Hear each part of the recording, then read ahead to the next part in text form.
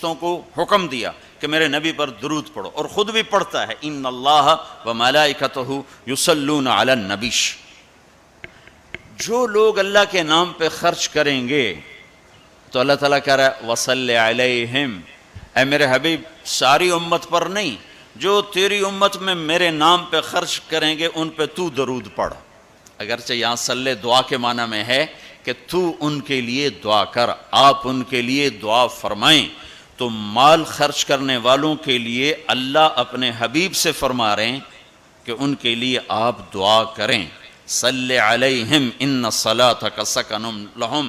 آپ کی جو دعا ہوگی اور آپ کی جو صلات ہوگی، جو آپ کا درود ہوگا، دنیا اور آخرت کے سارے مسائل ان کے حل کر کے لے جائے گا، ان کی دنیا بھی سکھی کر دے گا، ان کی آخرت بھی سکھی کر دے گا۔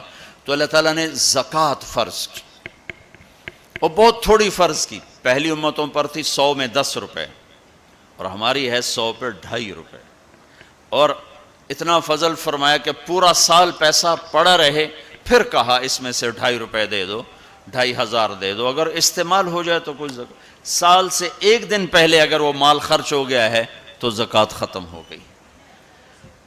اور 82 دفعہ قرآن میں مال خرچ کرنے کا حکم آیا ہے، 82 دفعہ، اور اللہ تعالیٰ نے ترغیب دی ہے کہ مالدار فقیروں پہ خرچ کریں۔ پھر اللہ تعالیٰ نے فقیروں کو ترغیب دیا کہ تم بھی جتنی وسعت ہو خرچ کیا کرو۔ میرے نبی نے ترغیب دی، سبق درہم 100,000 درہم، 1 روپیہ اللہ کے نام پہ خرچ کرنا 1,00,000 روپیہ خرچ کرنے سے بڑھ گیا۔ تو صحابہ نے عرض کی وہ کیسے بڑھ گیا؟ تو آپ نے کہا ایک آدمی کے پاس 2 روپے، ایک آدمی کے پاس کروڑوں روپے، جس کے پاس 2 روپے تھے اس نے 1 روپیہ اللہ کے نام پہ دے دیا، اور جس کے پاس کروڑوں تھے اس نے 1,00,000 دیا۔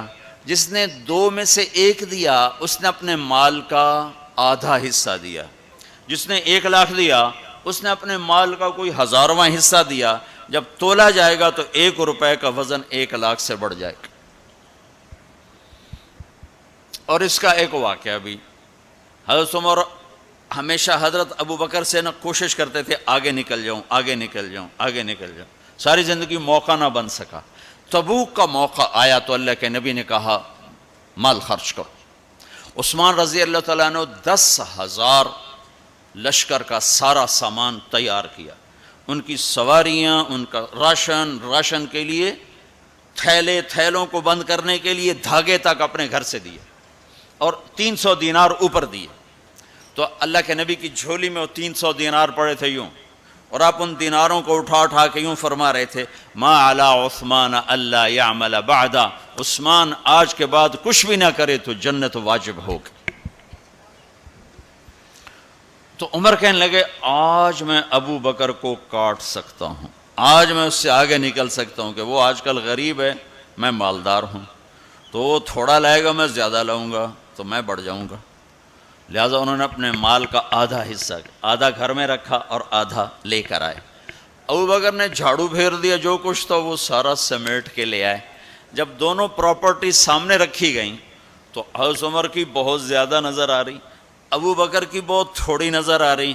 لہٰذا حضرت عمر بڑے اطمینان میں کھڑے کہ آج جیت خطاب کے بیٹے کی ہے۔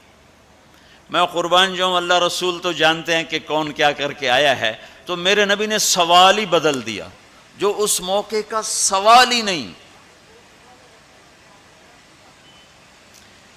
کوئی آدمی مسجد میں چندہ دینے جائے، مدرسے میں چندہ دینے جائے، کہا جی مول صاحب یہ 1,00,000 روپیہ ہے مدرسے کے لیے، مسجد کے لیے۔ آگے مولوی صاحب کہیں پیچھے کتنے پڑے ہوئے ہیں، تو کہے گا اے بھی واپس کرو، میں تو تھوڑی نیت ہے جو کوئی چکر لگتا ہے کہ تسی ٹھیکیدار ہو، مگر علی شاید ابھی پیچھے کتنے پین۔ یہ موقع کا سوال ہے ہی نہیں۔ مولوی صاحب کو چاہیے جی جزاک اللہ، یہ لیجئے رسید، بسم اللہ، پھر بھی موقع آئے تو دیتے رہیں۔ تو میرے نبی نے پوچھنا یہ تھا ابو بکر کتنا لائے ہو، عمر کتنا لائے ہو، اور یہی اس موقع کا سوال ہے۔ لیکن اللہ رسول جانتے ہیں کہ کس کے مال میں وزن زیادہ ہے، تو میرے نبی نے سوال بدل دیا، فرمایا عمر ما خلفت، واہ واہ عمر پیچھے کیا چھوڑ کے آئے ہو؟ تو حضرت عمر تو وہیں دھڑم ہو گئے گا، میں گیا سوال سے ہی وہ پتہ چلے گا بات میری کلی اڑ گئی وکٹ. عمر ما خلفت یا ما ترکت لأہلک، یہ دونوں الفاظ ہیں. پیچھے گھر والوں کے لیے کیا چھوڑا؟ تو پہلے حضرت عمر بڑے جوش میں کھڑے تھے، پھر ایک دم ڈھیلے ہو گئے. کہنے بعد جی آدھا چھوڑا ہے آدھا لایا ہوں. پھر آپ نے کہا ابا بکر ما خلفت یا ما ترکت لأہلک، ابو بکر تو پیچھے چھوڑ کے کیا آیا، بچوں کے لیے کیا چھوڑ کے آیا؟ تو انہوں نے کہا ترکت اللہ ورسول،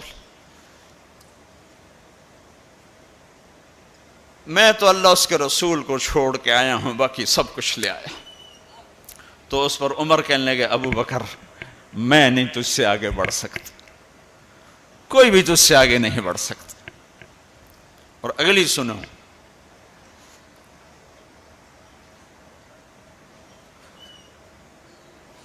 اپنے کپڑے بھی دے دیے اور ایک ٹاٹ تھا وہ پہن کر اس کو کانٹوں سے سی لیا. تو جبریل آئے، کہنے لگے یا رسول اللہ، اللہ تعالیٰ پوچھ رہے ہیں کہ ابو بکر نے یہ ٹاٹ کیوں پہنا ہوا ہے؟ تو آپ نے کہا کہ ابو بکر نے سارا کچھ اللہ اس کے رسول پہ لگا دیا ہے اس لیے یہ پہنا ہوا ہے. تو کہا یا رسول اللہ، اللہ